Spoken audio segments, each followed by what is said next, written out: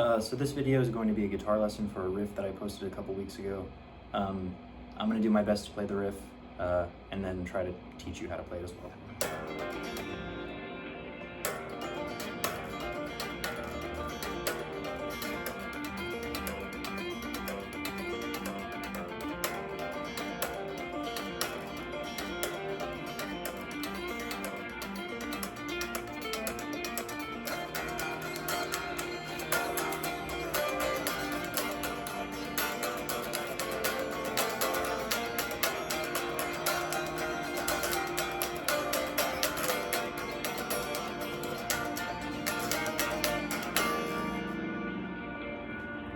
Okay, so that was obviously not perfect by any means, but it's okay. So pretty much to start, you're going to need your guitar in alternate tuning. So it's going to be D, A, E, A, C sharp, E.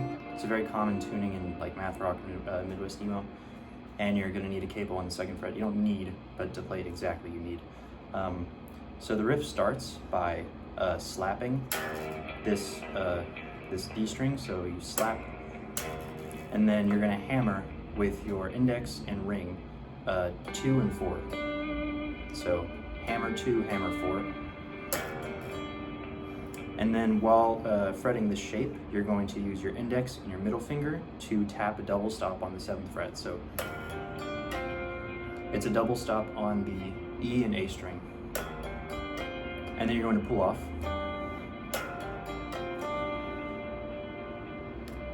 And then I think after that you pull off this shape, so yeah.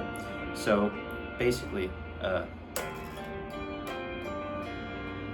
and then with this still intact, you're going to tap this double stop on the A and E string on the 9th fret.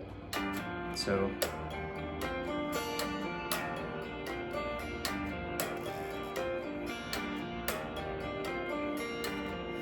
and now this next part is you're going to be hammering with your, it depends on what fingers you want to use. I use my my index and middle. So you hammer onto the low D, and then you hammer onto, 4th fret on the low D, and then 5th fret on the E string, like this. And then you're going to hammer 1, 2, and then with this, you're going to hammer 9 on the E and 9 on the A. So, and then after that, you're going to use your ring finger, because I think it's probably the most practical, to hammer this 7th fret on the A string. And then you're going to just basically tap this little shape again. So I mean, really, it's just kind of this like repeating pattern with your fingers. So.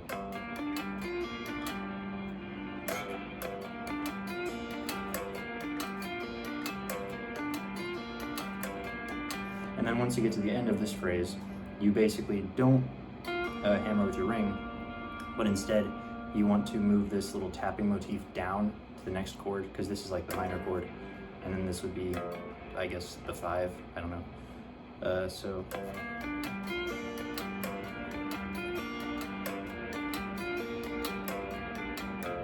And so this chord is going to be 2 on the low D and 4 on the E string. So.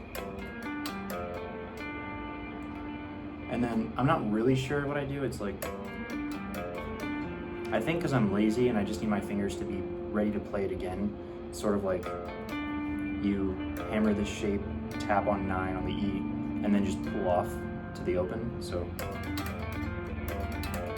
because it's easier to play faster than something else. And then basically it repeats until there's a variation of the phrase where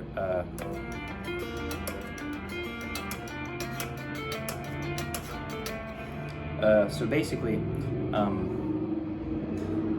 yeah, so the variation is instead of moving down here and then repeating, you're going to move from, so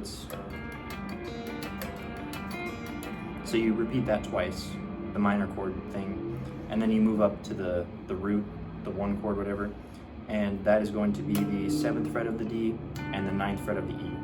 So, and you're going to hammer the, oh god, I don't know what fret this is, I guess the 14th, By the way, I'm referencing all these frets as if this is 0, so I'm not adding 2 to the fret numbers. So yeah, hammer on 7 of D, 9 of E, and then on 12. Is this 12? Oh, this would be 12, I'm sorry. 12 on E and then 12 on A.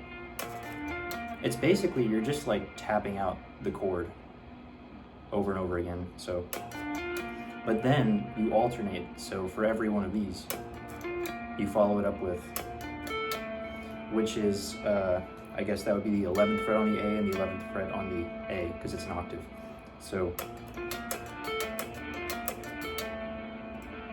and then, so let's try to play it all together.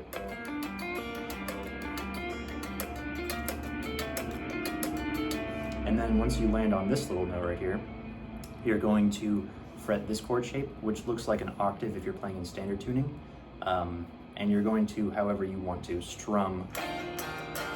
I do it like this. I don't even think this is like the proper way to do this technique, but it's just what I do. So, and then you're gonna slide it down, so it's, I don't even know what the groove is, but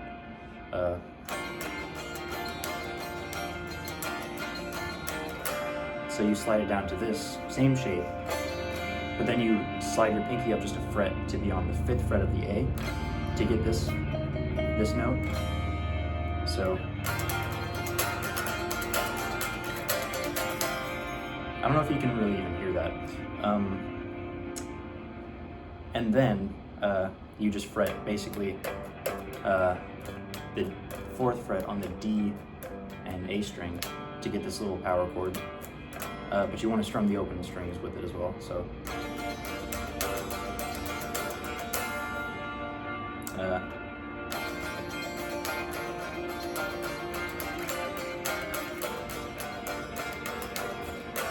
and then we slide back down that shape from earlier that we were tapping with the 2 on the D and the 4 on the E. This is now going to be a chord where we want to fret 2, 2, and 4 on these strings, and then just strum. And then to end the phrase, you want to slide your pinky up to the root, like that. So nice.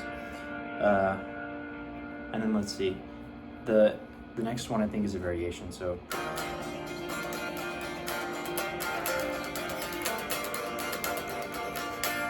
So there, we're sliding up to the 1. And then again, the same little thing with the pinky. We're just sliding the pinky up 1 note. So, oh. And then you want to slide your pinky from there to this root note on the 5th fret of the D, and then strum all the strings open while fretting this note. And you have yourself heaven, basically. So it should sound something like this.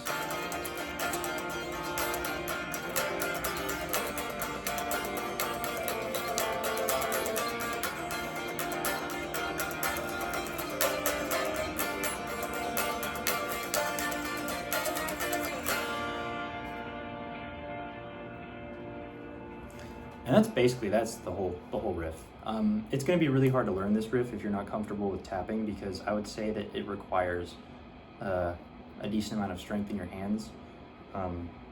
It's at 180 BPM, and the best way to learn it is probably just play it super slow, and then basically just piece everything together with it. So I guess if you were to chunk it up, you'd obviously have, the first chunk would be,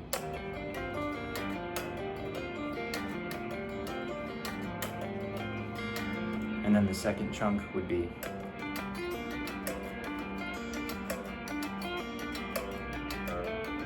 repeat the first chunk, and then you'd repeat the second chunk with the variation. I forgot it. Wait.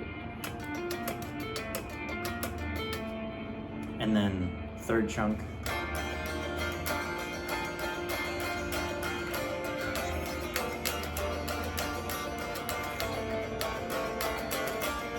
And then third chunk with the variation.